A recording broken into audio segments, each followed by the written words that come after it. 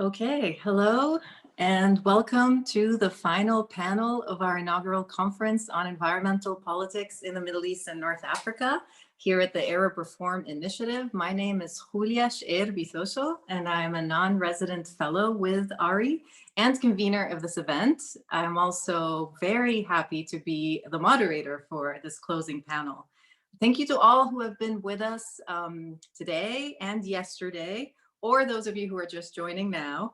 You can watch any of the sessions you missed on ARI's YouTube page or the Facebook page. And for those of you who are better readers than listeners, just wanted to let you know that we will be publishing some proceedings from the conference in writing soon. So today's session is titled Environment in Conflict, Ecologies of War and Occupation. We have come a long way since Edward Said, who was, while speaking to his colleague Rob Nixon, said or described environmentalism as, quote, the indulgence of spoiled tree huggers who lack a proper cause, end quote. More and more, environment and ecology is not an afterthought. It's thought of as a luxury cause in our region, but really thought of in parallel with military occupation, with air assault, and with systemic discrimination. As we were conceptualizing the broader program on environmental politics at ARI, we were keen to incorporate and make central these geographies of our region that are undergoing conflict or occupation and that tend to be left out of some discussions on the environment because they are in the midst of armed conflict or somehow thought to be in a state of exception. And we were keen to do so, to incorporate them without having them be a residual category or an exceptional category. And so in that sense, I'm thrilled to have with us today 5 thinkers who have devoted themselves to conceptualizing this area. And we have asked them to reflect on the following questions. How does warfare and war making affect ecosystems and ecologies in our region? What types of resistant or resilient ecologies do we see arising in war? And what might the implications be for post-war societies' climate resilience? How has the environment intersected with belligerent occupation in Palestine and more recently in Iraq?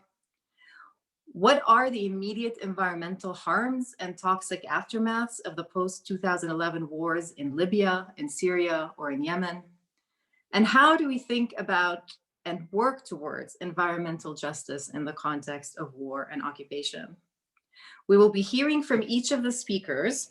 I have asked them to speak. I mean, I could listen to them forever, but I've asked them to speak for around 10 or 12 minutes each because we have a packed panel. And then we will open up to questions from the audience. For those of you who are eager to ask questions or comment, if you are with us on Zoom, please use the Q&A function on Zoom in writing, and we will be sure to transmit those to the speakers. If you are following on Facebook Live, you can just leave a comment on the page, and we will also make sure to transmit them to the presenters. Please feel free to add the questions at any time. No need to wait until the end. You know, if something sparks your imagination, you're inspired by one of the speakers, just go ahead and send the question, and I'll be sure to mention it at the end. Okay, so without further ado, let's get started. We are going to begin with Dr. Munira Dajani, who is a Palestinian environmental researcher and activist. She holds a PhD from the Department of Geography and Environment at the London School of Economics. She also has a bachelor's in civil engineering from Birzeit University. And outside academia, Munira has worked in the fields of environment and development in Palestine, working with grassroots initiatives. And she's also a policy member of Al-Shabaka, the Palestinian Policy Network, who we are very happy to count as an ARI partner. Munira, all yours. Thank you. Thank you so much, Julia and Andrew and the organizers of this really, really great conference. I've managed to catch a few of the panels yesterday and earlier this afternoon. Really happy to be here as well with a lot of great friends and colleagues as well. So I'm really looking forward to our discussion.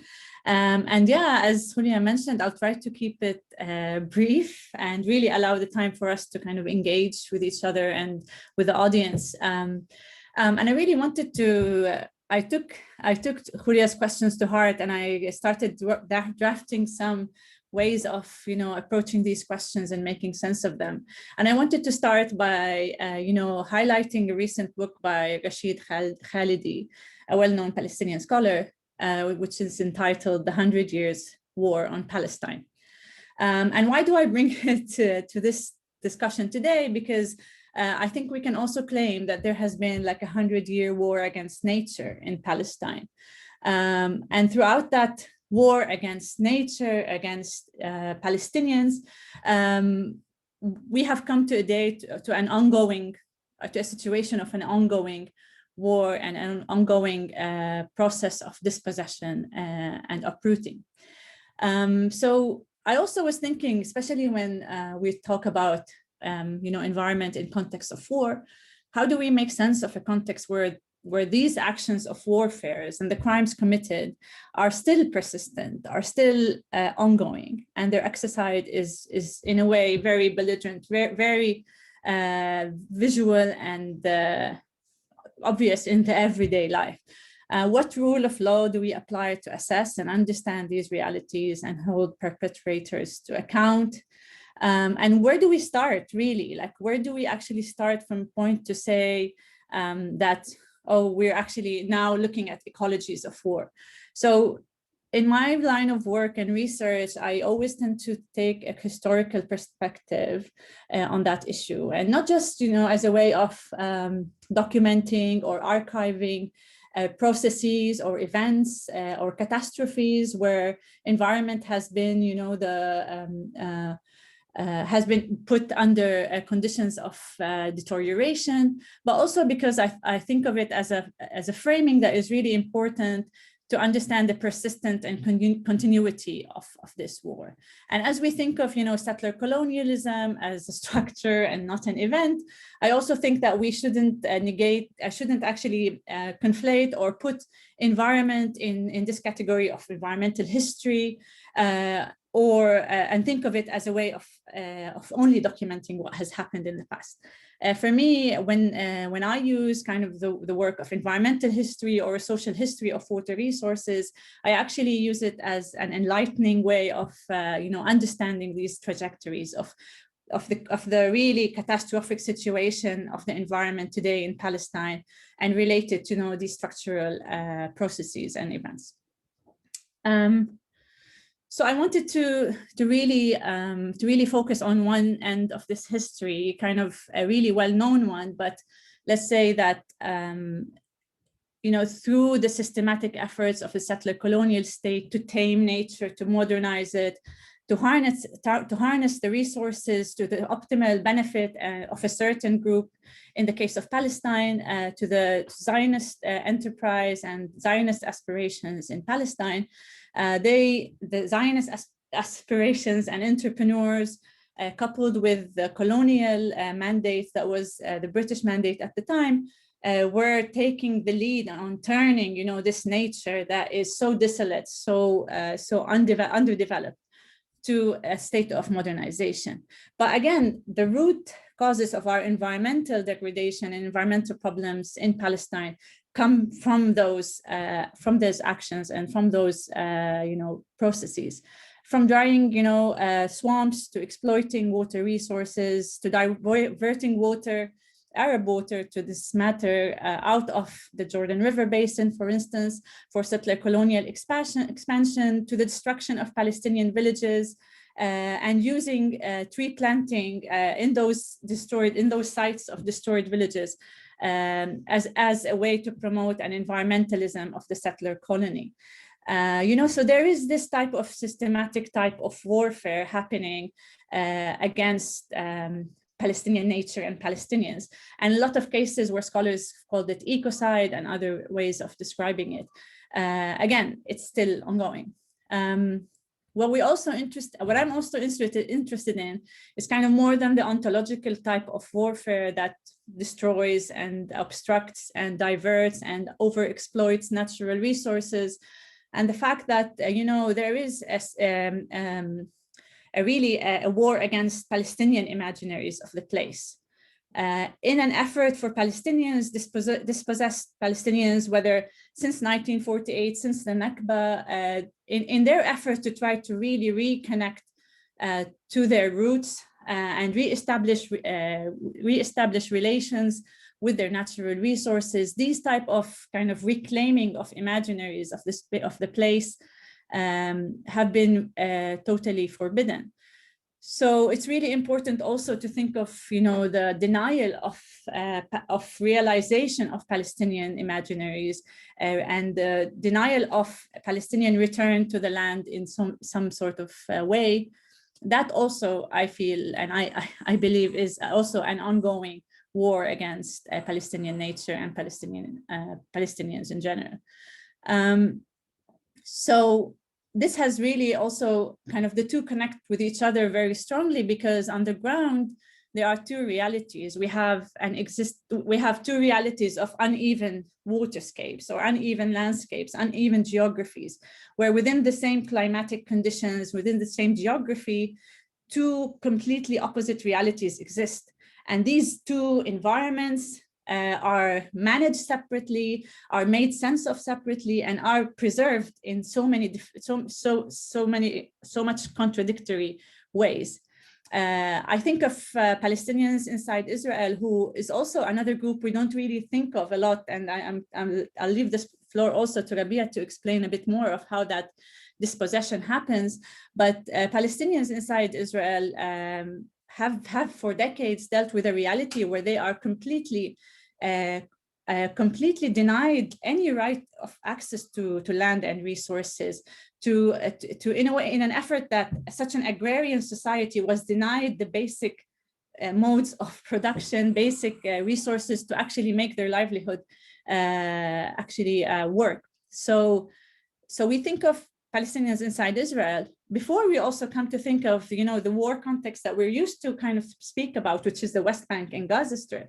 And this is something that where the environment and environmental protection type of interventions in the last decades since the Oslo Accords have been really focused on the West Bank and the water scarcity in the West Bank, or, the environmental degradation in the West Bank or Gaza Strip. So kind of really these kind of dispersal of our thinking about this place as one, these environments, or as belonging to one part of, or one environment that has been systematically dispossessed.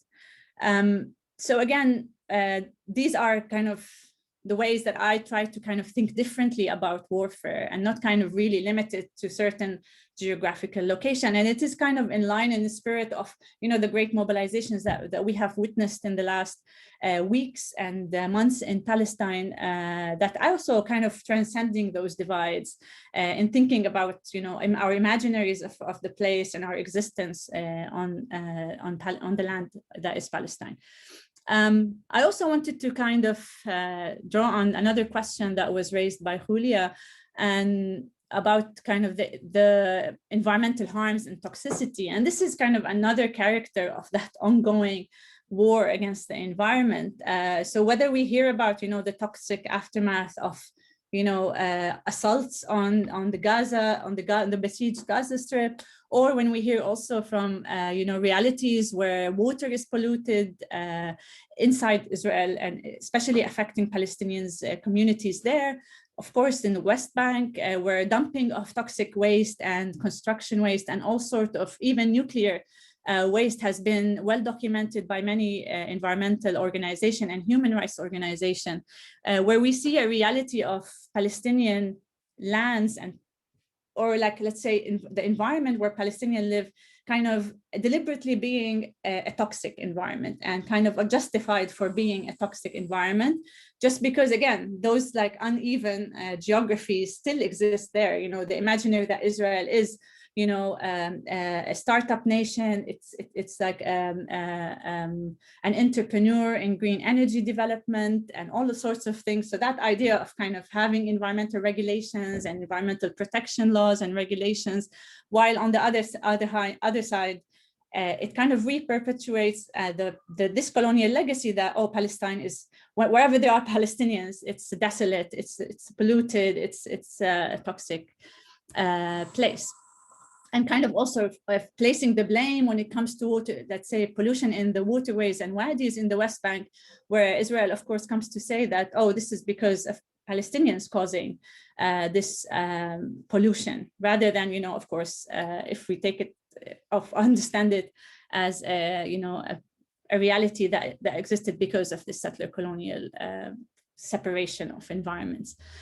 No, 1 minute. Yes, okay. So I wanted to also kind of, again, touch on the last kind of question. How do we really think and work towards environmental justice in the context of war and occupation, and in the context of settler colonialism, and kind of more thinking about that a lot in my work recently. And I really like the work of indigenous scholars on the topic, because one is Kyle White. I keep referring to him every time I present, and I really I'm processing lots of his work, kind of this concept of stewardship. And I really feel that we lack that, not only in the context of Palestine, but in the context of the Arab world under authoritarian regimes and corrupt systems, where the stewardship is lacking, where people have lost faith in their contribution, in their role in environmental, in taking care of the environment, or kind of exercising, you know, processes and actions of care towards themselves and the environment around them. And I think this is one thing where we can kind of move on. And I really like the panel that was just maybe referring to it from the Iraqi journalist who mentioned that really nicely.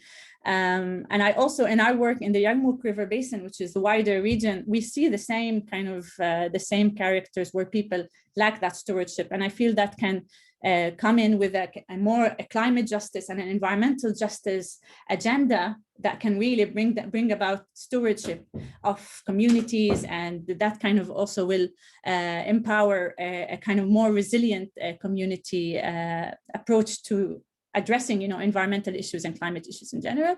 And I really wanted to end on one point about kind of the decolonization of environmental justice discourses and climate change discourses as well. And I think this is such an important point that we kind of need to really start engaging with in the Arab world, because otherwise we have seen such a kind of an over like it has been overshadowed by really very Western perspective, very donor-led agendas that kind of really are so detached from the realities on the ground. People have no clue of why do they carry environmental activities and environmental projects, because of that lack of stewardship, and because that it's really a very colonial still topic and discourse. So this is where I wanted to end, and I hope we can continue with the Q&A and discussion with the panelists. Thank you, Muna. We're going to continue with Palestine and move to Rabea Eghbariah, who is a Palestinian researcher and human rights attorney, and he's currently an SJD candidate at Harvard Law School, right, Rabea? I think you're still there. And I just want to also thank Rabea and Muna, who graciously accepted the invitation to this conference that was sent to them in the midst of the latest onslaught on Gaza, you know, in the middle of it. So I was sending out an invitation to this conference, and also feeling like it was inappropriate, but then I thought, no, we have to start thinking of environment as crucial to these issues and not thinking of it as a luxury. So, but thank you both for graciously, you know, looking at your email and accepting the invitation during that time. Rabea, all yours. Thank you, Julia. Thank you, Muna, and the other participants. Muna, that was brilliant, brilliant framework. I will rely on that a lot. So I'm happy for that. I want to start by saying I will just try to give, as you might be able to notice, I just came from court, and I'm in Haifa at the moment. I came back to Palestine for the summer, and we're still reckoning with the aftermath of all that's happening, especially in 48, especially Palestinian citizens of Israel. And I want to acknowledge that because many are still caged, many are still arrested, many are still facing an unprecedented attack on Palestinian lives as these moments go. And I want to flag it and try to tie it to a different layer. And I don't think of environment in this sense as a luxury. I completely agree. And I think this is exactly the manifestation of the settler colonial logic that manifests in the tiniest details of Palestinian lives. It controls it, it confiscates it, it takes it away from the indigenous peoples and reformulates it. And this is for me, this is all what it is about in environment and what we dub sometimes as the ongoing Nakba, our catastrophe, in the sense of the losing. Palestinian human lost any ability to control the tiniest details of his lives. So I want to just flag that and perhaps raise an initial question about the location of Palestine and Israel in the Middle East, as well as we are, discussing Middle East. I think there is, it's important to discuss it, but at the same time, it's important to also note that Israel is a settler colonial project that tries to impose Europe and the West in the Middle East by maintaining its policies on a daily basis, including in the greenwashing and the politics of it. So the mere location or naturalization of Israel as a part of the Middle East in this context is important to also raise. Okay, now I'll just move forward and tell you a little bit about the work I've been doing, a little bit of the cases I think that exemplify what Muna was actually starting to tell you about, exemplify our claims on a much more like, cases, stories. So that's what I will be doing. I will tell you that while I was in law school a few years ago, I kind of jokingly inserted the word za'atar into the Israeli legal search engines. Now, for those of you who don't know za'atar is a herb. It's there is a huge, controversy how to translate it. Is it thyme? Is it? It's the scientific translation is Syriacum oreganum, but we'll put this discussion to a different place. So while in law school, in my bachelor's, few years ago, I inserted the word za'atar into the Israeli legal search engine. Now, my life has really unexpectedly changed ever since. I wouldn't be in this panel if I didn't do that. Although it's popular knowledge that picking za'atar from the wild has been criminalized, I did not really know or imagine that prosecutors actually charge defendants and courts hear criminal cases and write verdicts revolving about nothing else but za'atar.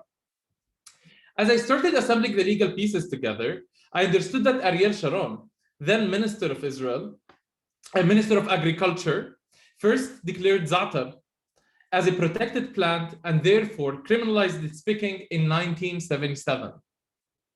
Akub, which is another plant, edible plant, criminalization followed in 2004 when Sharon was serving simultaneously as the Prime Minister of Israel and the Minister of Environmental Protection. In between this period, no other environmental or agriculture minister changed the list. Now, I became obsessed with za'atar and akub, as I already kind of confessed.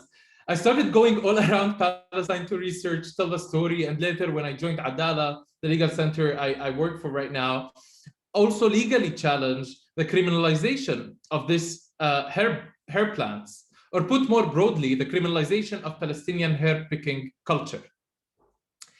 Of course, efforts to displace and dispossess Palestinians of their land and nature neither start nor stop with these herbs or their criminalization.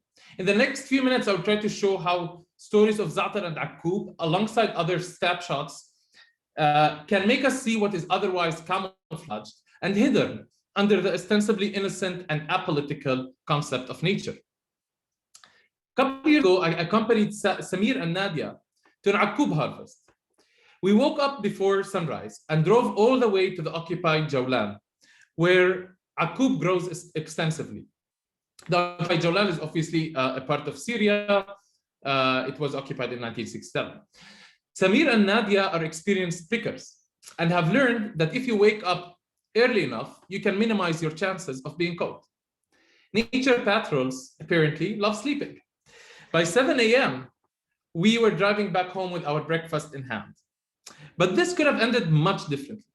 48 Palestinians or Palestinian citizens of Israel who are subjected to the civil Israeli legal system as opposed to the military legal system in the West, are caught, investigated, fined, or tried in criminal courts for picking or possessing any amount of za'atar and akub.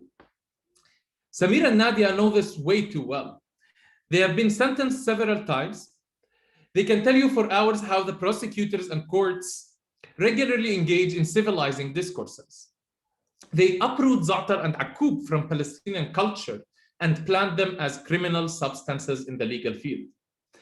A couple of years ago, I analyzed more than 60 cases within an article I wrote, court decisions delivered in between 2003 to 2016 in za'atar and akub cases. Maybe needless to say, but all the defendants were Palestinians. A quote from the prosecutor in one of the cases gives a strong illustration of this civilizing discourse that I'm referring to, and that reflect the legal policies of preservation. Quote, although the amount of akub picked was not large, I believe the court should join the prosecution's efforts to uproot this phenomenon of herb picking from its roots. Unfortunately, many defendants do not understand the severity of their actions when they come and tell me privately that they had picked a small amount for the household, and that is how we, the defendants, were raised for generations. End of quote. Za'atar and akub undergo an unfooding process under the law in favor of a purified perception of nature that distances Palestinian culture from it. After the court dissects the herb picking from the plate, the way is paved for depicting the picking as a criminal act and convicting defendants under the pretext of nature protection. And I will say something about the rationale of behind this ban. I didn't elaborate in the beginning, but the purported rationale is that declaring these plants as protected plants will help preserve them, but it's a highly disputed rationale among the Israeli scientists themselves, and that was I will elaborate perhaps on it on the question section if there is any question about that.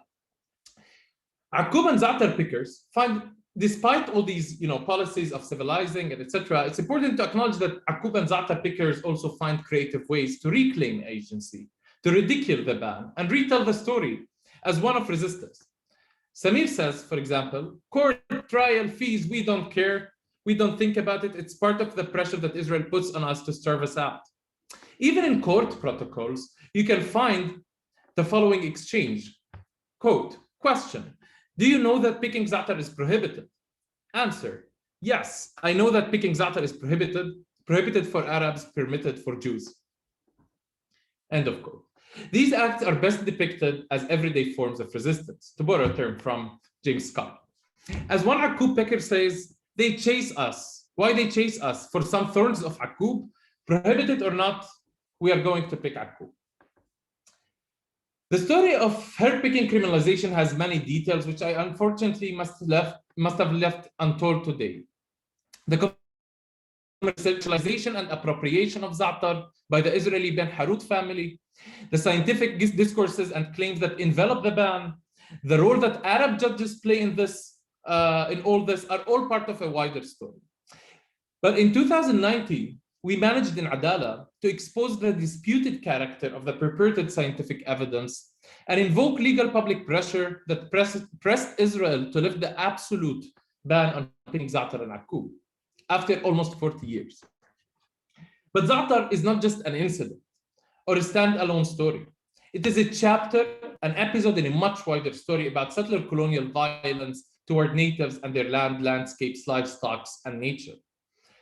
Recently, I've been exploring a parallel story of Israeli patrols chasing nothing else than goats and camels. The first time I saw a picture of a camel airlifted by a crane was in January 2019. It took few moments to realize what I was actually seeing. The camel looked terrified, as if it were screaming while suspended in the air. The scene was bizarre, cruel, perplexing, you name it.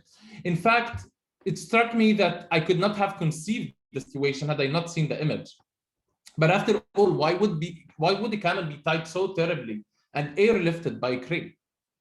I will leave the full answer for a different occasion, but to oversimplify, it is that most camels in the Naqab do not have and cannot have permits to graze. They are further accused of becoming a road safety problem. Israel has managed to portray the camel, the ship of the desert, as a road safety problem. And this does not stop with camels, of course. A 2-hour drive from Haifa to the occupied Syrian Golan, just as I did over the weekend, will bring into view additional examples hidden in plain view of militarized nature and naturalized military. Passing through Tur'an, a Palestinian village in the Galilee, you will notice that Eqari begins where the village ends, or rather the other way around, that the village ends where the quarry begins. In the 1950s and 1960s, and this is what Muna was talking about, Palestinians within Israel lost most of their land. And as a result, Palestinian society, within Israel at least, became quickly morphed into a predominantly agriculture-dependent society into a marketed one, low-skilled and unskilled labor in the Israeli market. Losing land not only meant losing their means of production and becoming extremely dependent on wage labor in Israeli markets, but also losing a possibility to develop and evolve as a group beyond narrowly defined spatial limits. Quarries in this sense are an extremely interesting example. Tracing quarries will show you how Israel exploits both nature and humans on both sides of the so-called Green Line. 54% of people living near quarries in Israel are actually Palestinian citizens of Israel, who come up to 20% of the general population. At the same time, over 20% of the Israeli general consumption comes from the quarries in the occupied West Bank in violation of international law. In the Jawlan, once I arrived, a different example, a colleague of mine, Wissam, was just noting, showed me how Israel is now planning to confiscate people's lands to further expand its wind turbines project. In fact, what Israel is really doing in the Jawlan with its Syrian residents is embracing the same tactics it repeatedly used against Palestinians. First, cutting ties between the village and its surrounding space. Second, limiting their source of income. In this particular story, Israel conceals its activity through the rhetoric and practice of renewable energy. This is what we call greenwashing. The point is that together, these stories of criminalizing za'atar, chasing camel, excavating stones, and building wind turbines form a wider picture of how settler colonial legal and non-legal arrangements criminalize, control, micromanage, and dispossess Palestinians and Syrians from land, subsistence, culture, nature, often under the pretext of nature protection and scientific expertise. I hope that exposing these stories, telling them from the bottom up, may help us to give concrete examples of how the Nakba as an ongoing process rather than an event is reflected in brutal, somewhat surreal, even comical ways in the smallest details of Palestinians' relationship with land and nature. To close, yeah, I have to ask you to conclude. Yeah, to close, one last sentence, I'm sorry. I want to quote a great Palestinian writer, Salman Natour, who once wrote, نحن جعلنا من الزعتر سلاحا نواجه به الأمم الاستعمارية قاطبة يلقون علينا الزعتر والنبالم ونحن نرشهم بالزعتر. We've made za'atar into an effective weapon against imperialism. They drop bombs on us and we spray them with za'atar. Thank you. Thank you, Rabea. What a beautiful end. I'm glad I did not cut you off earlier. Okay, we're gonna move a little bit north to Lebanon and continue, and to anthropology. We're shifting from law, from geography to anthropology. We have with us Dr. Munira Khayyat, who is an assistant professor of anthropology at the American University in Cairo. And has conducted extensive fieldwork in South Lebanon in the wake of the devastating 2006 war. That is the subject of her forthcoming book, finished book, completed book, hopefully. And Munira, all yours. Thank you so much, Julia, and to Ari for inviting me to take part in this timely and important discussion. It's absolutely fascinating to find myself amongst fellow inhabitants of the region who are thinking in really sort of refreshing ways about the lives that go on in the ongoing assault on life in our worlds. So I'm going to try and make this as fast as possible. And I was going to show pictures, but since the first two panelists didn't, I'm not going to.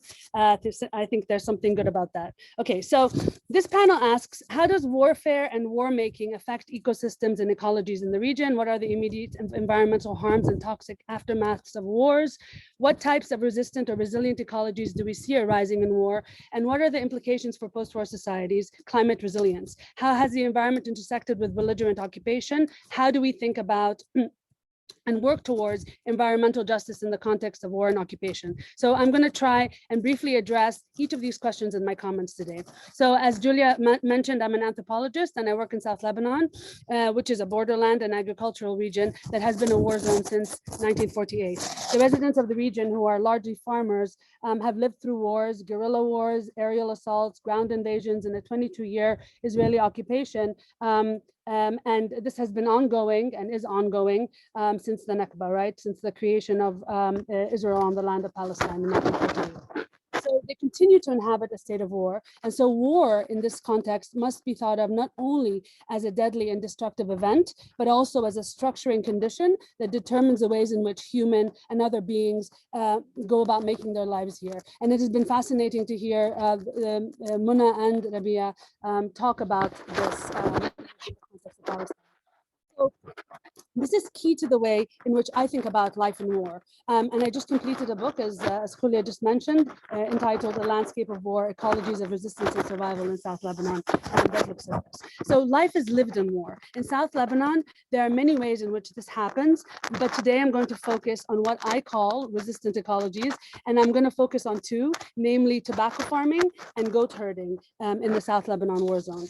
So zoom out a moment. War creates temporal and spatial conditions that pushes people to double down on reliable and resistant crops that require little investment, fast turnover, and no expensive infrastructure. An added bonus for these struggling to farm in such harsh environments is the ability for their crops and livestock to coexist with militarized infrastructure and deadly remains of war, such as mines and cluster bombs. In South Lebanon, farming tobacco and goat herding are the agricultural mainstays for many villages, in the South Lebanon highlands, the former occupation zone, which is a margin and a depressed rural area that sustained terrible damage in the 2006 war, and of course in other wars.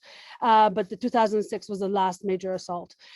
These agricultural practices are augmented with remittances from relatives who are working abroad, and of course subsistence farming. But in large part, they keep people in the villages, in particular women, children, and the elderly, and those unable to find employment elsewhere. So this vulnerable demographic can remain somewhat self-reliant and living in their own home, on their own land, residing in the villages and working the land.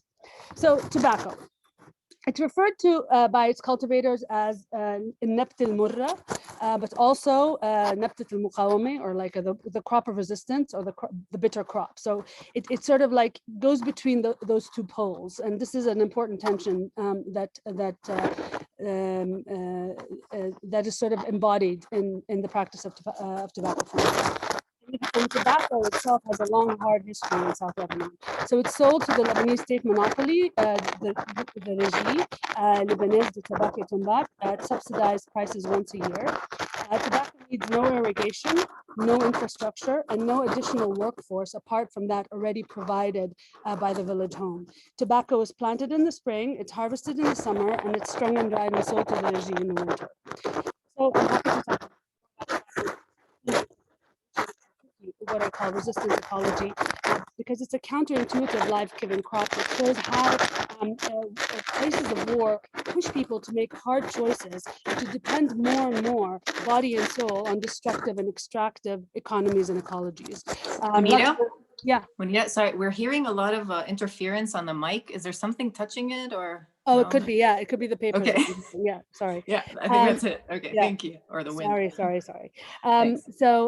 It's a tricky resistance ecology, so a counterintuitive life-giving crop that shows how places of war push people to make hard choices and to depend more and more body and soul on destructive and extractive economies and ecologies, and of course not even to mention like the political systems that actually uphold and endorse those systems. So as things stand in South Lebanon, really nothing will wean the southerner off tobacco, and definitely not za'atar, because it's their lifeline. So many, sort of organic farming outfits come and say, so what about za'atar, and everyone's like, za'atar is great, but we can't live off it, right? So there's an interesting sort of dissonance, as Muna pointed out, with those humanitarian efforts that are really disconnected from the really harsh realities that people live on the ground. So why don't people want to be ecological? I mean, it's a pretty obvious answer for those of us who know the ground, right? Okay, so for example, tobacco farming continues to sustain the life of the southern villagers. After the last war, tobacco farming increased. After the liberation of South Lebanon, tobacco farming increased, and there was a slump in the aftermath of the war because of all the bombs that were thrown, the cluster bombs that were thrown in South Lebanon, and of course the rebuilding effort sort of took a sort of a chunk out of the economic attractiveness of tobacco farming for a while, but people are falling back on it again as sort of the most consistent sort of lifeline that they have. And it contributes to the livelihood of 24,000 farming families, and most borderland households farm it. Most tobacco farmers, they farm full-time, and they depend on tobacco for their livelihood. And Lebanon is one of the 5 countries worldwide that farm more than 1% of their agricultural land with tobacco. I mean, it's a very small country, so let's also keep that in perspective. So the other resistance ecology that I'm going to briefly discuss today is goat herding. Southerners rely on goats for similar reasons, not that they rely on tobacco, and that's because of goats' considerable compatibility with wartime environments and the deadly remains of wars such as mines and cluster bombs that pollute the pasture lands of South Lebanon. So Rabea's story about the airlifted camel was very interesting to me. Large livestock has become increasingly sort of let go of, as has all forms of agriculture that require heavy investments and also have a slower turnover, such as citrus farming, olive cropping, and other things. So camels and cows are a liability, and horses as well. And also, let alone the fact that the environment is now truncated. It's no longer kind of a traversable borderland, so people don't use those animals anymore. They rely on goats. Okay, so more than 1 million cluster bombs and 357,000 landmines remain in the earth of South Lebanon, and they're not going away anytime soon. And this is also thanks to the short attention span of humanitarian efforts. Of course, after every onslaught, everyone's like, oh no, what are we supposed to do? How are we going to help everybody? And then, 2 years later, it's like, whatever. I mean, nothing happened. And so people have to continue to live with those remnants, right? So those bombs become a part of the environment that the inhabitants of the borderland must live with. Relatively speaking, and despite its postage stamp size, that was one description of South Lebanon by Deminer. Lebanon is the country worst affected by cluster bombs worldwide in terms of contamination density. Cluster bombs and mines are physical remnants of war that they entangle with the lives of the borderlands inhabitants and extend into periods where wartime violence isn't acute. So we have to continue to think of the slow violence of war, which is Julia opened the panel with a quote from Rob Nixon, and that's his formulation. So dwellers of the southern borderland must contend with the deadly nature of the land to continue to live there. And that's where problems arise, because bombs do not deter farmers from using the land. So goats are flexible and movable and can survive periods of scarcity during active war, occupations or invasions by foraging for food and eating almost anything. Most crucially, goats are small and light and can graze in the borderlands many minefields without setting off the hidden explosives that are designed to kill humans who are not as light-footed. So the mine neutralizing qualities of goats are well known amongst those locals who send their nimble beasts to the nutritious mined pastures. In this way, the slow violence of war is somewhat resisted by a homegrown anti-mine survival collective. So as the head of the UN demining initiative that was operating in 2006, in post-2006 South Lebanon, said to me, and this is a quote, "Goats are relatively light compared to a person. These things can often take 5 to 7 kilograms of weight, but that depends on the depth of the mine, how deep it has been laid. So generally, goats are not heavy enough to set off one of these mines, and the farmers know this. And they also know that the good grazing land is inside the minefield fencing. The grass there is a lot better, and so they let goats go inside and then taking the risk that, those goats aren't heavy enough. However, every now and then cows get inside and cows set things off. So we've had a number of accidents with cows losing their legs, and they're sitting in the minefield minefield, and then the farmer goes into the minefield to get cows and get killed. I mean, a lot of people who I've spoken to, I mean, it's a way of resisting or reoccupying sort of deadly land, but it's not infallible, and people do often end up dying or getting severely injured.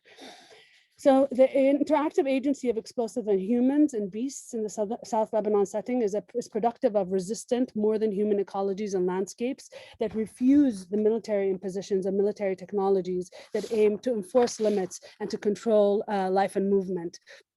These explosives do not germinate and grow, but these bombs do grow worlds, time, spaces, horizons, possibilities that are actively inhabited by those who must.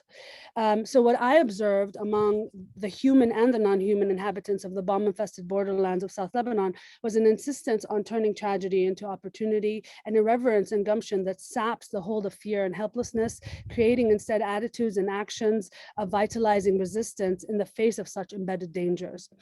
Such resistant attitudes to adversity enable denizens of war, those with little wiggle room, to reoccupy and to somewhat revitalize the unavoidably deadly terrain of their lives. The challenge for us now, though, is how to make better worlds that enable life to thrive less lethally. What are the political constraints keeping us in this deadly place? We can celebrate the resilience of these war zone denizens and theorize about new approaches to life in war, but what we must do now is to find ways to make the lives and livelihoods of those inhabiting such deadly worlds less diminished, less toxic, and less deadly. Thanks. Thank you, Munira. We're going to continue with anthropology and move to Iraq now. So leaving the Sham, we're going to go to Bridget Guarasci, who is, as I mentioned, also an anthropologist, and she is currently a professor, an assistant professor of anthropology at Franklin Marshall College in Pennsylvania. Her book, Ecologies of Occupation, Restoring the Marshes in Wartime Iraq, analyzed how the Iraqi exile project to restore the country's southern marshes, which had been drained by Saddam Hussein, intersected with US and UN occupation strategies for transforming the economy. So Bridget, all yours. Let me unmute myself and try to figure out how to share the screen so that you can see the full layout while also reading my notes. One moment. Does that work? No. Sorry, guys. You would think I would have Zoom down by now since I've taught on Zoom all year long, but let's try it this way again. Maybe I'll just do this and try again. Okay, so unfortunately, I'm not going to be able to have my screen full screen and be able to visualize my presentation. I really apologize for the inconvenience of that, but let me try to just at least make this as big as I possibly can so that you guys can see the images and get rid of these awkward tools. Okay, so I want to begin by really talking about how I conceive of a wetland ecology and what a wetland ecology is, what a war zone ecology is. And I want to thank my panelists, my co-panelists for such a rich and wonderful discussion, and also Julia for bringing us all together. I'm learning so much from all of you, and I'm just delighted to be here among you. Okay, so Iraqi marshlands restoration has often been touted by the US government and mainstream media as the success story of the war, as the one occupation project that they got right. And that's why I look at this project. I'm looking at it critically in order to understand the work that it did for the occupation of Iraq and what the legacy of that has been and continues to be.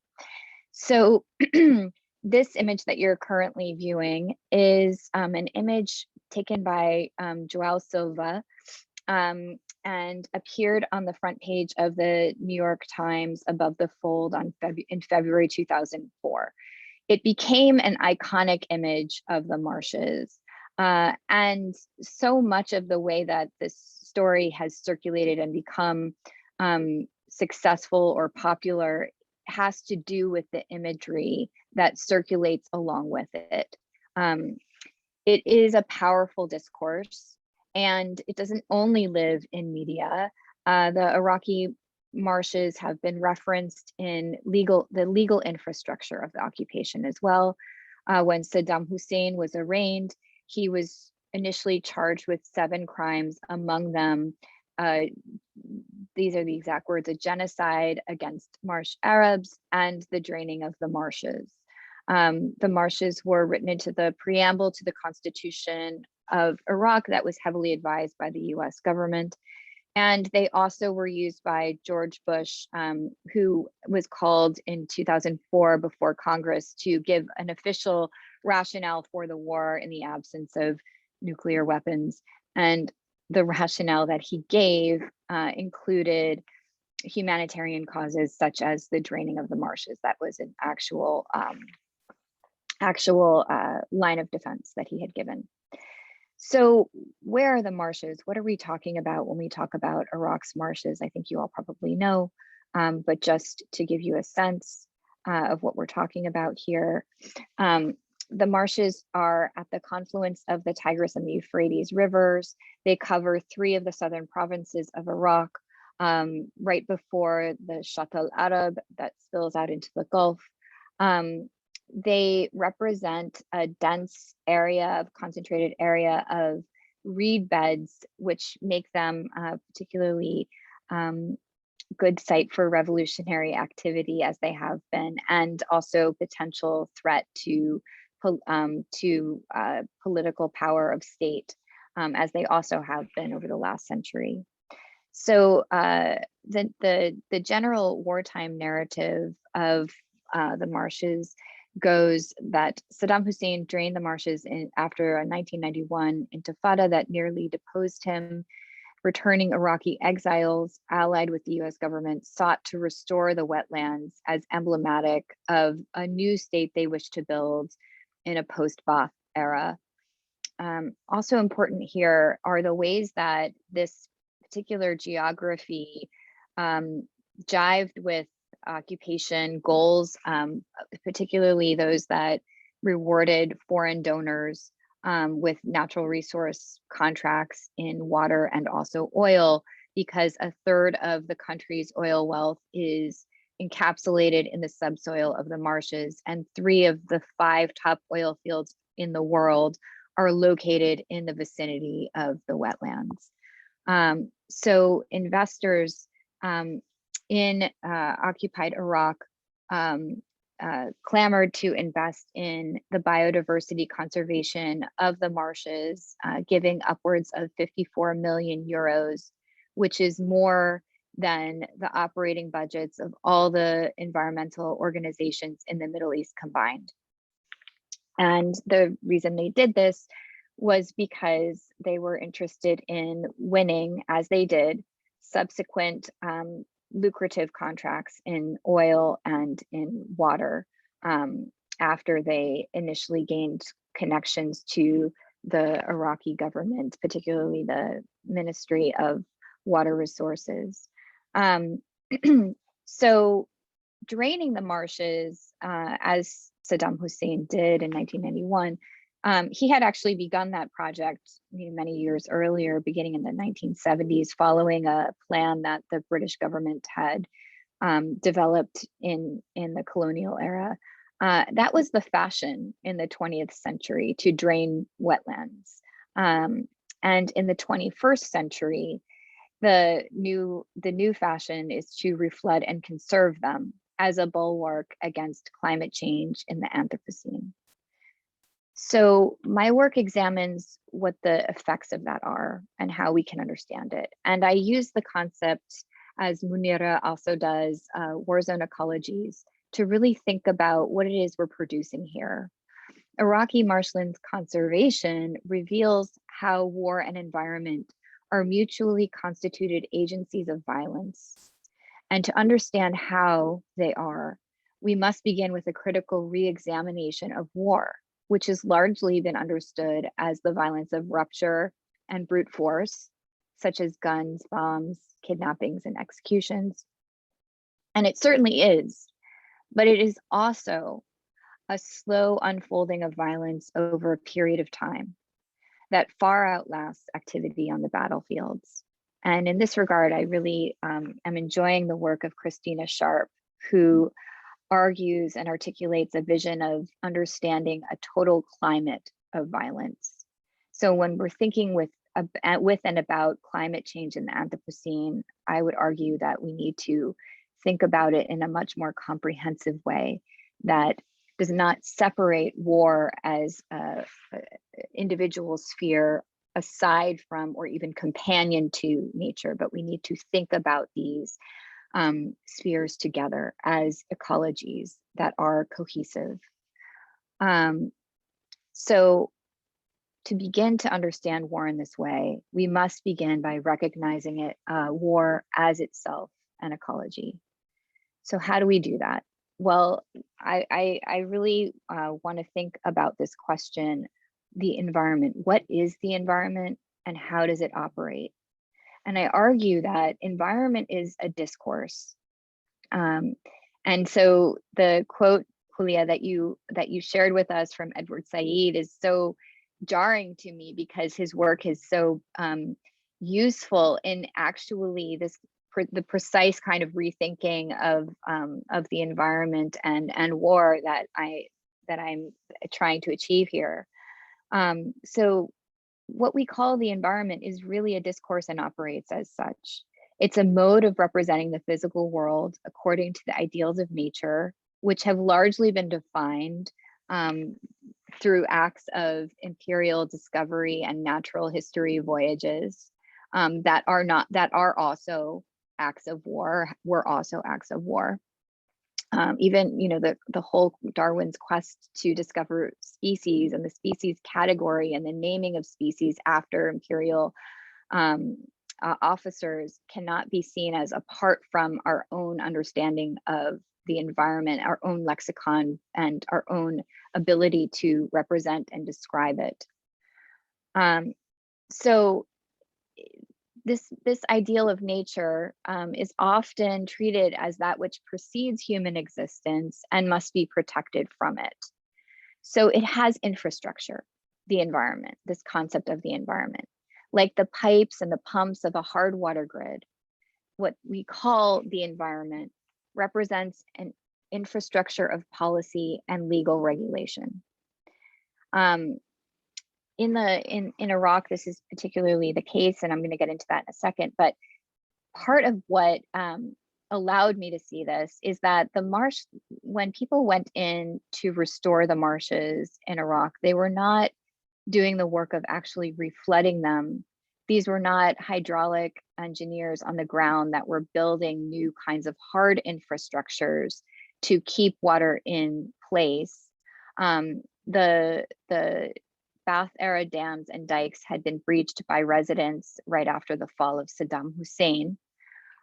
Rather, Iraqi conservationists who were sponsored by the US government and other bilateral aid, foreign aid donors, went into the marshes to produce evidence, to document the return of species life, and to quantify the spontaneous reflooding of the marshes that as a wetlands ecology, which was a seasonal marsh, spontaneously regenerated itself upon reflooding. And to the confounded scientists, and they really wanted to know more, but the evidence that Iraqi conservationists produced of the marshlands was then used to adjudicate international treaties and policies that would be applied to this area of Iraq in order to conserve it. Okay, so Bridget, we have to conclude, so like a minute. Great, I'm gonna wrap it up really quick here. So this was top-down statecraft.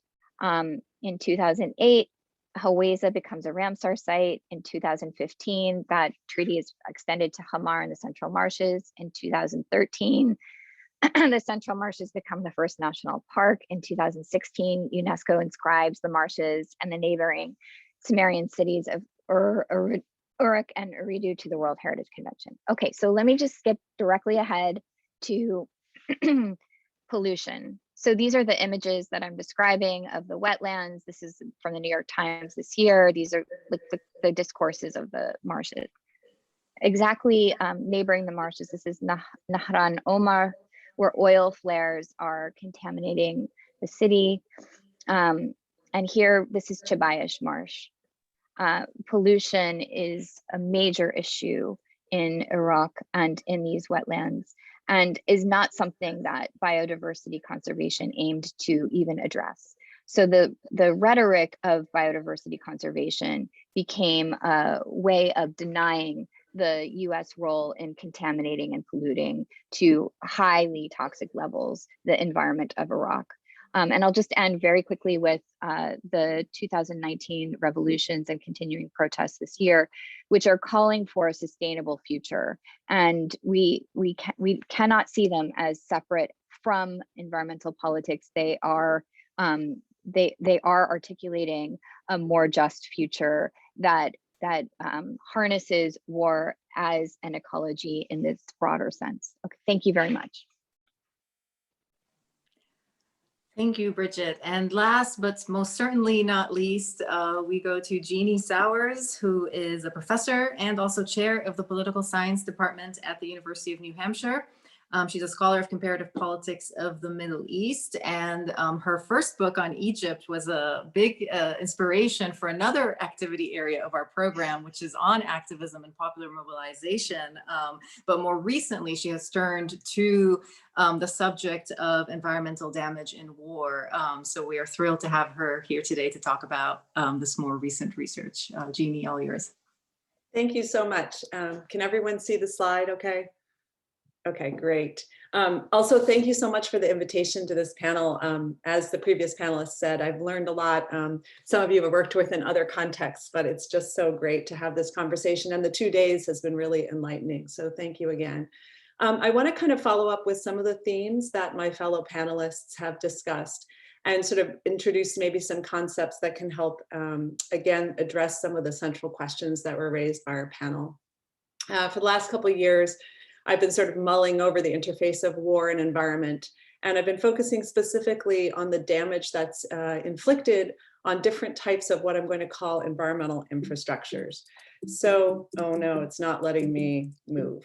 Oh, sometimes Zoom is such a problem. It's not letting me shift. So I'm going to have to do what? Let me just see if I can get it to. Not sure why. Oh, let's try again. Let's try down here. Maybe it's just, okay. Sorry about that. I've also taught on Zoom for a year, and it's still shocking how terrible it is. So I want to talk about the notion of what an environmental infrastructure is, and then maybe talk about some recent terms that are used in environmental history that I think can help us talk about this intersection of essentially impacts on civilians and impacts on environment and their kind of interactive effects. So environmental infrastructures, for my purposes, are systems of providing and managing water, energy, waste, and food to make places habitable. And I think this really ties in with the earlier sort of discussions that we've had about how do people inhabit their local environments. And I think it's very important to realize that this is a co-produced system. So it relies on natural and physical processes, however we conceive of them, as well as human agency and investment. And these are central, right, to the functioning of states and societies everywhere. But I'm going to talk specifically a little bit more about how they function in the Middle East in a minute. And then I also want to introduce this notion of thinking about forms of war that rely on centrally targeting environmental infrastructures as a major tactic of war. So there's a recent 2021 book that I highly recommend called Scorched Earth, which actually looks at warfare from about the 15th through the 19th centuries and argues that targeting environments because they sustain human communities has been a continuous feature of the practice of war and not simply something that was a feature of pre-modern warfare or World War I only. And so this notion, I hate coining terms and I don't like it when people do, but this one I'm going to use today just to try to help push this discussion along a bit. This environmental historian, Emmanuel Krakis, talks about environcide as a practice of war making, which is intentionally or unintentionally damaging, destroying, or rendering inaccessible environmental infrastructure through violence that may be episodic and spectacular or continuous and cumulative. And I really like this formulation on the continuous and cumulative because it ties together this notion that just because acute conflict and violence may subside at periodic points in time, it doesn't actually erase these longer, cumulative, and more silent forms of violence that actually do affect people and ecosystems in the long term. And I think it helps us start to link practices of occupation with practices of war, which are, of course, very much entwined. And so for the last couple of years, I've been working with my colleague, Erica Weinthal at Duke University on this project, where we're actually trying to document both the direct wartime targeting of environmental infrastructures in the recent wars, and to sort of extend those back where there's, of course, much longer cases of conflict and occupation. And the hypothesis, if you like, the working hypothesis has been that the indirect and intentional and unintentional targeting of environmental infrastructures has been a central feature of these wars. It is not just collateral damage, it is not accidental, and it's employed by basically most, if not all, parties to these conflicts. So that includes international patrons, it includes the proxy forces, it includes non-state actors, and it includes state and security forces. In doing so, we tried to build a database that tracks targeting of energy, water, sanitation, agricultural, transport, and health systems. I'll talk about a bit how we did that in a minute. And the goal here is to really, as I think most of the panelists have talked about, try to talk about the cumulative and indirect impacts as well as the sort of counting of casualties, which is often done. And the other problem that we ran into right away, and that I want to raise kind of for the panel, is that we have a conceptual divide in international law that is extremely problematic. So the crimes against humanity and genocide are crimes against people, but crimes against nature are secondary and separate and in entirely different fields of law. And so we're stuck again with the conceptual problem of how do we get at synergistic activities that really influence both and shape both over much longer periods of time. And we have a website up which explains the methodology and the concepts and kind of compiles our publications if people are interested. I don't want to spend much time on methods and data collection. That's all on the website. I will just note that we basically draw on both our own searches that we use with our students to code Arabic and English media sources. We also use UN reports. We use NGO reports and human rights reports. And then we also do field interviews with humanitarian organizations, human rights organizations, obviously mostly outside of conflict zones, given the intensity of conflict that has been unfolding. So I just want to talk briefly about why I think thinking about environmental infrastructures is a useful way into some of the questions that we have all been raising. And that is in part because state building, both under the colonial period and in the post-colonial period, really focuses on extending and integrating environmental infrastructures as a central project of state legitimacy and capacity. So whether that is in water pumping stations, whether it's in canals, whether it's in sanitation systems or energy provision, the central tenet of these projects was to extend control and legitimize control over territory through these constructions of environmental infrastructure. And that is partly because of the nature of the climate and ecosystems themselves. And this creates, for in periods of conflict or occupation, new vulnerabilities for communities, as well as extensions of services, right? So this is often seen as a positive modernizing project, but actually we also saw in these wars that these very integrated large-scale systems were uniquely vulnerable when, say, an electricity or a power station was taken out, deliberately or unintentionally, depriving large percentages of urban populations without water, sanitation, or energy. And so the other thing I just want to note more generally about the use of the targeting of these infrastructures, which may be direct, it may be indirect, it includes blockades, it includes limiting access to personnel, whether through physically detaining them or through obstructing them from getting to their workplaces, is that they are not just the targets and objects of violence, but in some cases, we also find that they have become weapons of war. And that's less frequent than just being an object, but it still is actually happening as well. And that then leads to processes of reconstruction, I think as was actually nicely detailed in Southern Lebanon and in Beirut as well, when the process of reconstruction itself, right, is a continuation of conflict by other means. It's politicized, it actually has distributive consequences, and those are not separate from conflict. So we also need to sort of think about this continuum of moving towards reconstruction, where the targeting of environmental infrastructures is also part of the process of rebuilding them, especially when it's exclusionary or done to sort of further deepen division. And the last point I just want to make as a general overview is that one of the significant problems is that even for those militaries that ascribe to things like international humanitarian law, IHL, there's huge exceptions that basically mean it is possible to target all of these objects that are essential to civilian life, can be legally targeted under a variety of doctrines, right? So the first is military necessity. It's often talked about as collateral damage. It's also talked about specifically for Gaza and Yemen in the systemic blockades that have been in place with periodic, of course, loosening and tightening as dual use. So even under existing international law, it is entirely possible for parties to the conflict to claim that targeting these things directly or indirectly is legitimate. And this is an enormous problem for those that are seeking to comply with IHL or saying that they do so.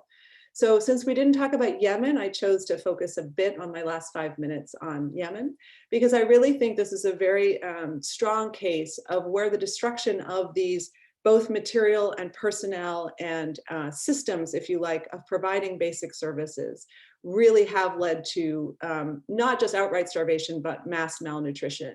And in this sense, it is a political outcome. And it really is, I think, fits very well with Nicholas van der Waals' conception of thinking about famine or hunger as a form of a mass atrocity, right? That is something that is inflicted upon a group of people. It is not almost ever in the modern world a natural phenomenon. So one interview we did with a World Food Program officer who had come back from her 4 years in Yemen and was in Rome.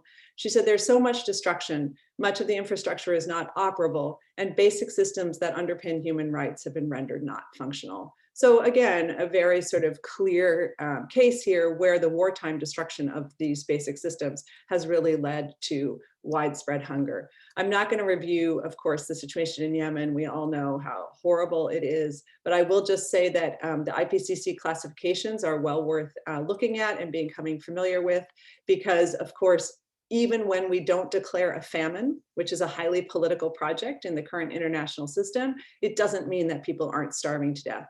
So phase 4 and 5, especially 5, is actually famine. So famine is occurring in localized places. It just doesn't reach the threshold with which the international community is then going to declare necessarily famine. So it's worth familiarizing yourself with the political process that goes into declaring famine. It's very, very interesting. But our findings, this is an article that came out last, I think in January. And we continue to collect data. So we have actually data running through 2021, but right now for the article purposes, we stopped at the end of 2019. And you'll see that the sector that was most directly targeted by the actual parties to the conflict in Yemen is agriculture and fishing.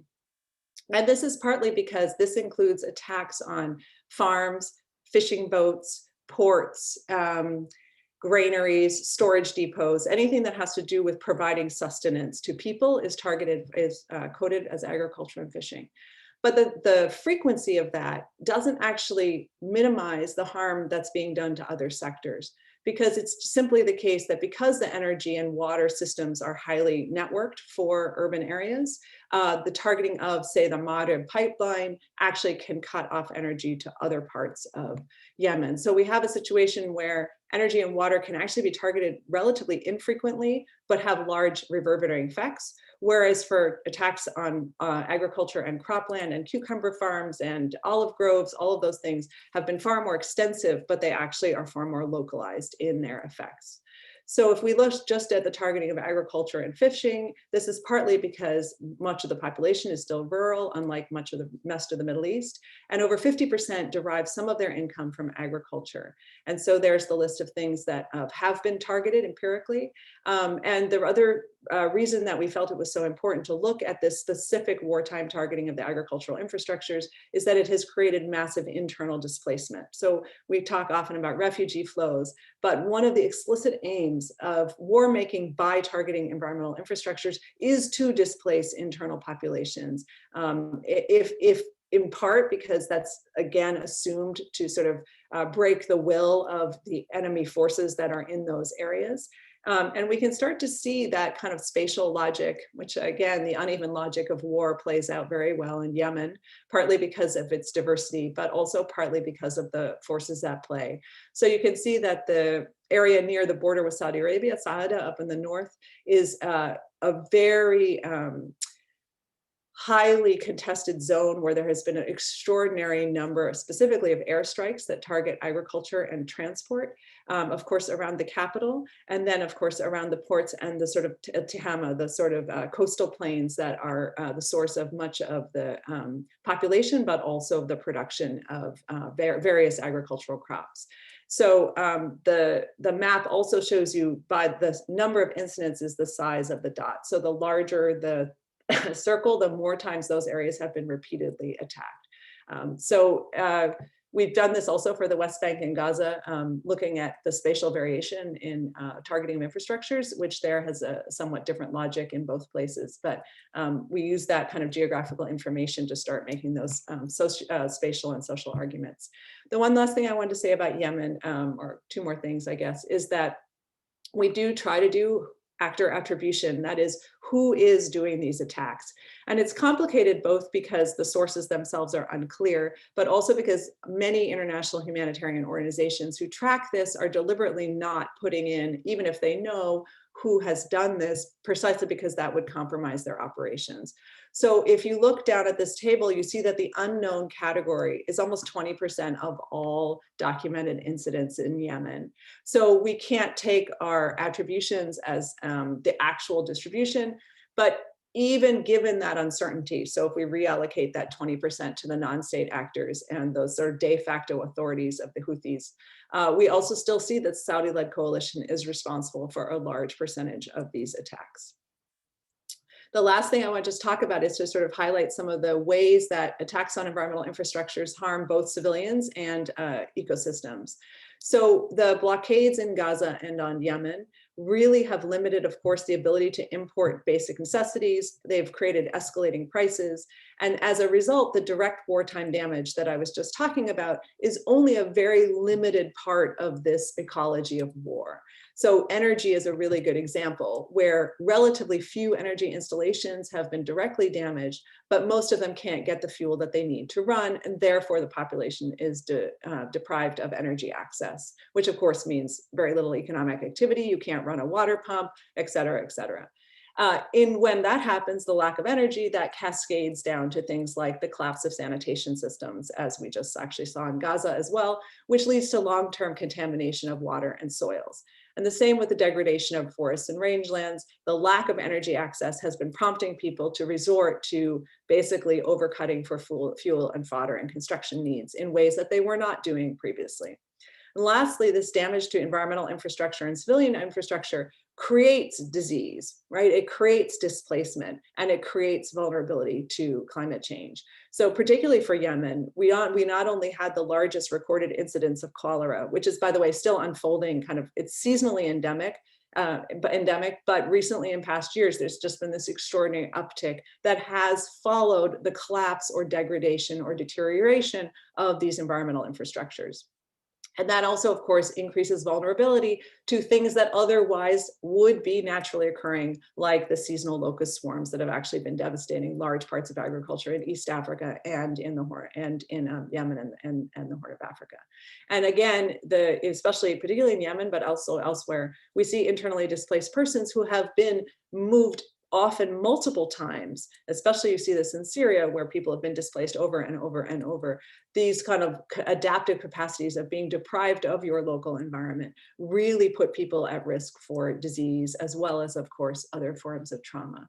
So I could go on and on about this, but I'm going to try to stop and just thank the funders who have actually made this research possible, and also the panelists, because I've enjoyed this panel so much. Great, thank you so much. I am clearly terrible at keeping time. We have learned that today, but we have some time. We can go a little bit over. Hopefully the panelists have a few minutes to spare at the end to start with the Q&A. So let me just encourage all the participants who are with us to ask your questions in the Q&A function. We have a few already, and the panelists, just to let you know, you can access them as well if you'd rather read it. I know sometimes it can be hard when a question is long, so I will read them out, but just you can check for yourself. And so while we just give a minute for more questions to come in, I just wanted to comment on Bridget's comment on the Edward Said quote as jarring, and I mentioned it a bit tongue-in-cheek because I think a lot of work has been done on how Edward Said was profoundly inspiring for the kind of environmental work that you and others do, but that Rob Nixon and Naomi Klein have written about this. But I think that quote was particularly, directed at the greenwashing and the way we think of environmentalism, not in those, deeper kind of social justice, political economic ways. So I think that was the point he was making, but it's very refreshing for me and exciting and inspiring that we have moved to make the central discourse be about those issues where we no longer have to fight that way of talking about environmentalism. Okay, so let me move to so one of the questions that came in is for Rabea. Rabea, you mentioned very briefly the commercialization of za'atar. Could you expand further on how the ban on picking may have actually been fueled by or connected to a desire to allow some farmers or companies to sell za'atar to Palestinians? Wow, that's a lot, but a very good question, actually. So there is a whole thing about the commercialization. What we see is that nature was the main source of za'atar up until 1977 for most Palestinians. And immediately, so people would go and pick up, a little bit of za'atar, wild za'atar from the wild, and, consume it in their homes, mainly in small quantities. In the 60s, 70s, a little bit of commercialization happened and people started to sell za'atar and export it also to the Khalij, to the Gulf. But all in all, what happened in 77, immediately after the Sharon Declaration of za'atar as a protected plant, which gives no reason, by the way, it's a political authority that declares the plants as protected. And 3 edible plants are declared. I focused on za'atar and akub. The third is maramiya, sage. And in 77, there is a guy named Yoram Ben Harut, simultaneously with the declaration, who starts a commercialization program of the za'atar and starts selling it for Palestinians. So there was an interview with him. I actually have a quote here. I can actually quote from him. So he was a monopoly of za'atar up until the beginning, early 2000s in Israel. He was the main source of commercialized za'atar that sold it back to the Palestinians. And perhaps I didn't mention that clearly enough, the ban is also imposed in the West Bank. So through military orders. So it is through Israeli law in Israel proper, and in the West Bank as well through military law. And Yoram Ben Harut, who established these za'atar farms, obviously, this tells you how the distribution of land allows certain projects to prosper among Jewish Israelis that have access to this land to start agricultural enterprises. And he says stuff like, the interviewer asks him how this all happened. And he says, za'atar, all is good and beautiful. We are excited, but the business needs to bring money. Interviewer, you want to sell to the Arabs a mixture of za'atar? It is like selling ice to the Eskimos. Yoram Ben Harut. Exactly. I want to sell ice to the Eskimos. That's how it sounds. But I had an idea of how to do it. And it goes on and on. It's like really, really wild interview from the 80s that tells us a little bit more about the politics of commercialization. I want to stop here, but I heard somebody, I usually have people, if I have time by the end of it, I would like to share the akub, because many people, I have a photo prepared for akub and the camels that I talked about that I couldn't share. So if there is a moment at the end, I will happy to do that. If not, just let's go ahead. Okay, let's take the next question, which is for Muna. This is a question that comes to us from Germany. Referring to the contiguous spaces and imaginaries about Israel and Palestine, I am curious to know what ideas you have about civil environmental cooperation between Palestinians and Israelis amidst state-led activities. Do you think cooperation is just a continuation of liberal peace-building activities aimed at the dispossession of Palestinians? And what are the conditions under which transboundary cooperation could have a transforming impact on the status quo?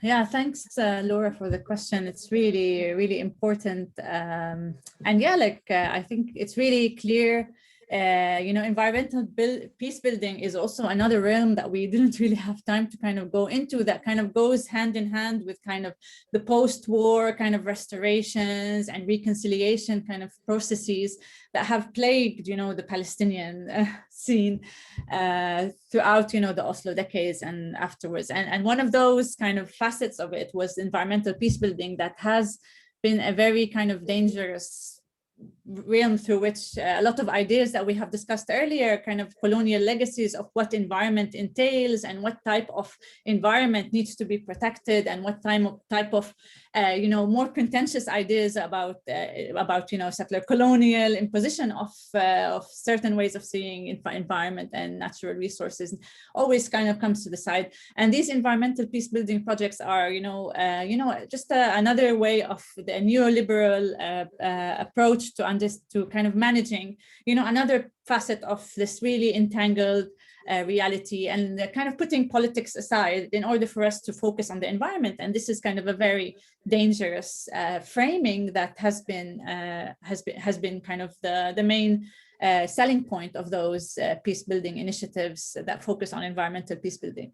And another thing that is really also kind of interesting is, and also equally dangerous, is kind of the funding and the investment to these type of projects, and kind of showing them that they are the only way to reach environmental sustainability and sound management is let's cooperate together, let's put politics aside and focus on the environment for the sake of the environment. And this really, again, it really happens in a context void of politics, voids of a justice framing, void of even human rights framing, because the idea is that we have equal footing here. We can work on changing our daily habits, and maybe let's save the Jordan River together, or let's kind of clean, the border, between the West Bank and 48. Let's do cleaning initiatives.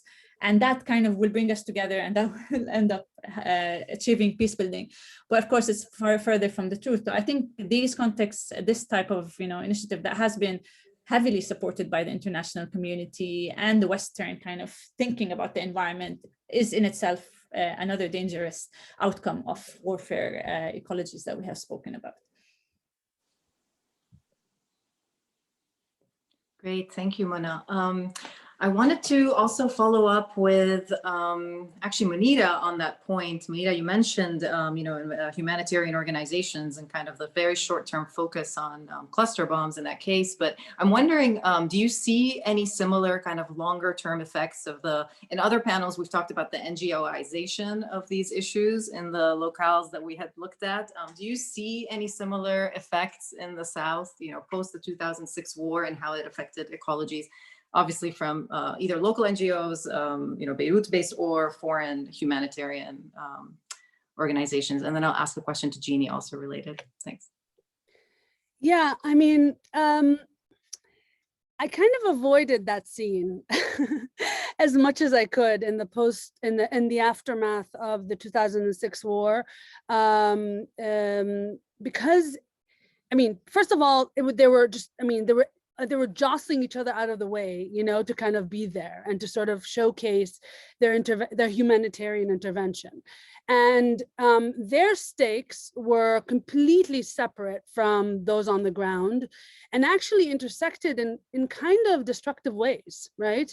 I'm just, as an anthropologist, and also an anthropologist who is from the region, I tend to also avoid the frameworks of approach that most people who are coming from abroad and sort of getting into the ground, sort of used NGOs to mediate or to find their way to the ground. I mean, I did intersect with some of those projects, and basically the results that I saw were at best, I mean, pointless, and at worst,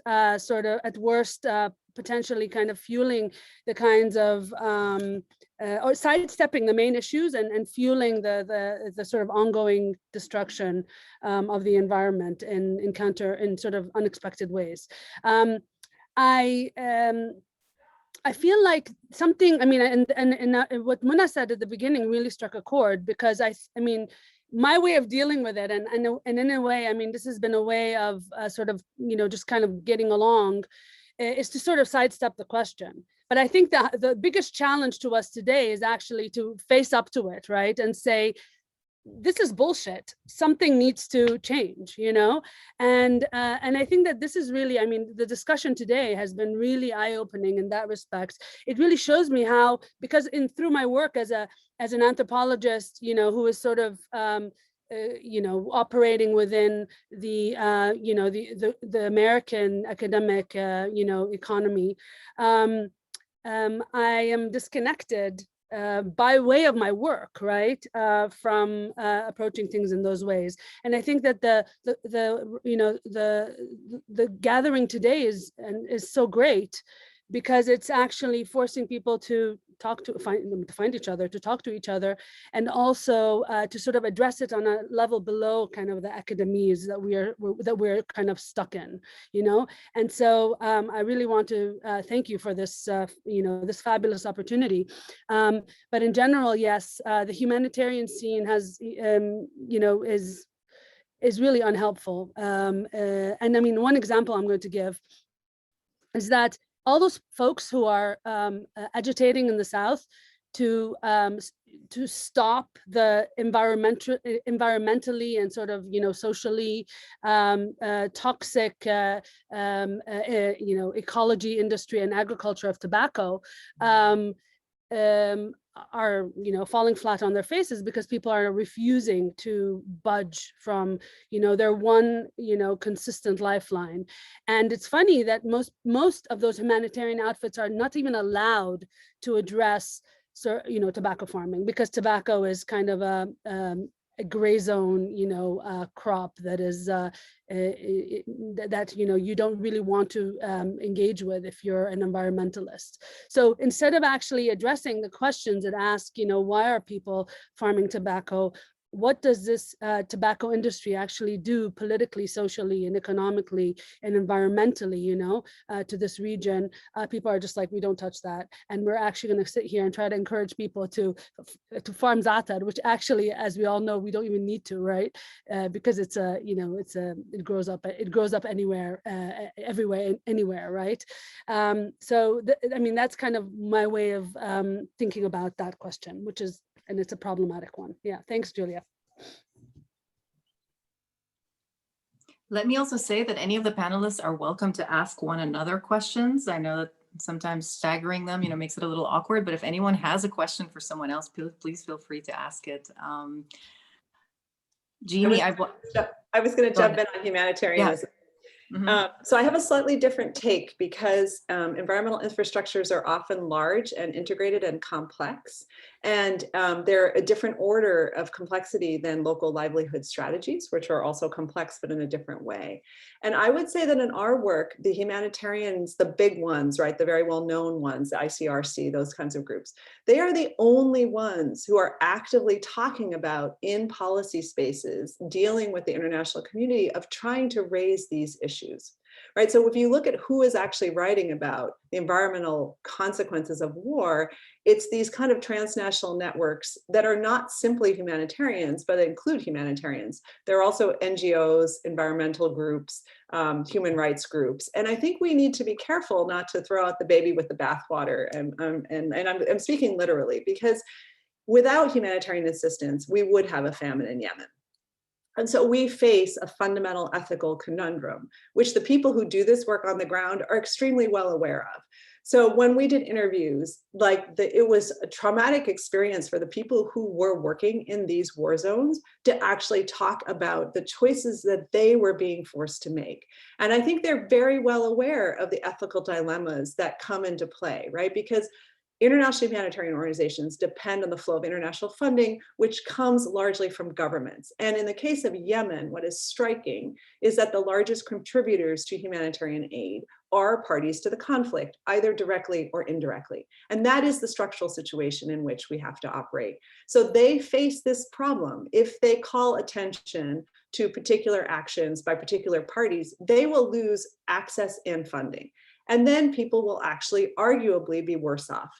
And this is, I'm not proposing an answer. I don't have an answer to these things, but I want to emphasize that the people who are doing this work, I think, know very well. And this is also the case with development projects more generally, right? So these are not just impositions from the outside. They always have, if they're typically done as in Egypt, they have local consultancies, right? So it's true, the middle classes depend upon these multiple consultancies, and they know the issues, and the issues often are systemic, and they often have to deal with the way that power is centralized and not decentralized to municipalities and governorates.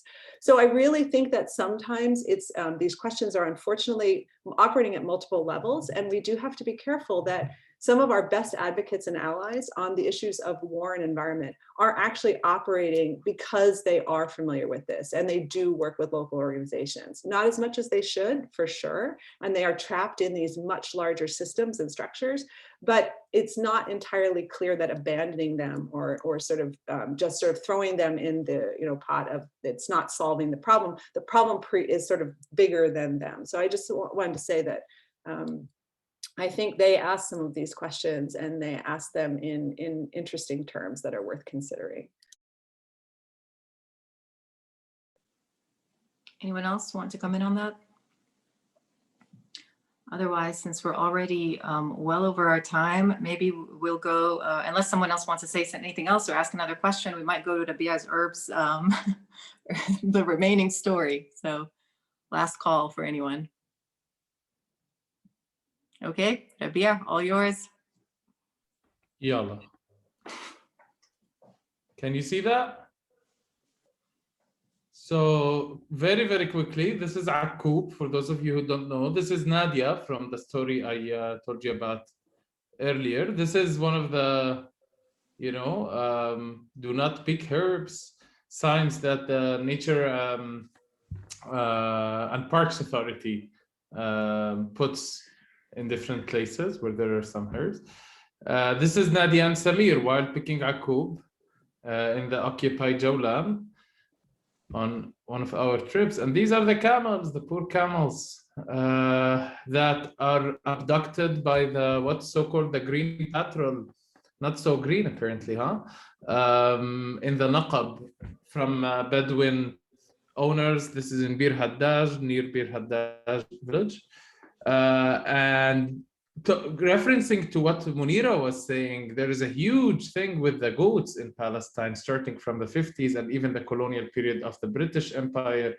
And it's super, super interesting. The same green patrol was chasing goats under a specific law, by the way, that was dubbed the Black Goat Act of 1950. And these are the wind turbines in the Golan Heights that you can obviously see. And this, I wanted to, and these are the lands that are today the lands of the Syrian occupied, one of the occupied villages in Syria. That many of them will be confiscated to establish similar wind turbines like these. So that's what I wanted to show. Thank you, Rabea, and thank you all. I love ending on images. So thank you, all of you, for coming for attending this panel. And Munira, your you saying that this is a space where you have connected with others is truly, you know, joyful to my ears, because that is precisely what we're trying to do with this program. We felt that there are such wonderful people doing work, but my sense is that you're all a little disparate, and I'm so glad that there's a community that's starting to build. And, you know, we were this activity area is one of 4, as I mentioned. We're also looking at popular mobilization activism. We're looking at local governance, and we're looking at national governance and policy making, these multiple levels of analysis, which of course help us reduce the complexity just a little bit with the challenge we have ahead. But thank you, and we will continue to convene these events. So please do stay in touch, and we will produce, as I mentioned, an edited volume of all your contributions, and look forward to, we're hoping to organize this once a year, but have smaller webinars here and there, but have a, you know, a yearly conference on these issues. And next year, I hope it will be in person. We're not sure where, but hopefully maybe Beirut or Tunis. Okay, thank you all.